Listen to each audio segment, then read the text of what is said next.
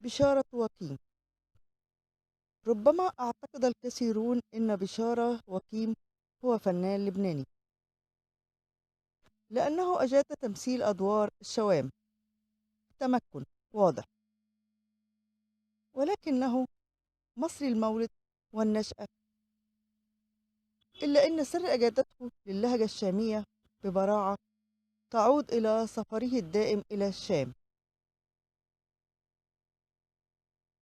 ولد بشارة وكيم، وهذا هو الاسم الحقيقي، في حي الفجالة بالقاهرة، ودرس في مدارس الفرير الفرنسية في باب اللوق، والتحق فيما بعد بكلية الحقوق، وحاز على درجة الليسانس. كان مرشحا لإحدى المنح الدراسية إلى فرنسا، ولكنه فضل البقاء في مصر والاتجاه إلى الفن الذي يعشقه، حيث بدأ مع فرقتي عبد الرحمن رشدي وجورج أبيض، ثم عمل مع الفنان يوسف وهبي في فرقته، كما عمل كذلك مع الفنانة منيرة المهدية، وقدم العديد من الأفلام خلال فترتي الثلاثينات والأربعينات، منها بسلامته عايز يتجوز، الباش مقاول، ولو كنت غني، انتصار الشباب، العريس الخامس، ولعبة الستات. كان يتقن الفرنسية أيضا،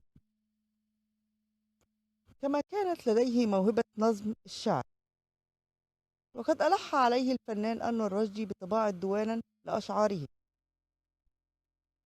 لكنه رفض، حيث قال إنه يكتب الشعر لنفسه فقط. وأتقن أيضا اللغة العربية، وكان دائما يردد أنه يريد أن يتثقف في اللغة العربية، ويجب أن يحفظ القرآن الكريم ويفهم معاني آياته. وفعلا حفظ القرآن الكريم على الرغم من أنه مسيحي،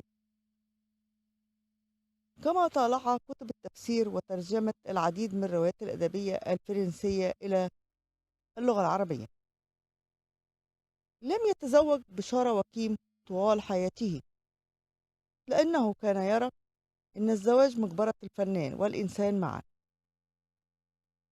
كما كان يخشى من تحقيق دعوة والدته عليه حين قالت: روح إلهي يبتليك بجوازة تهد حيلك. فخشى وكيم الزواج بعدها، على الرغم من أنه تقدم للزواج من الفنانة ماري منيب ورفض هو بعدها أن يتقدم خطوة للزواج مرة أخرى.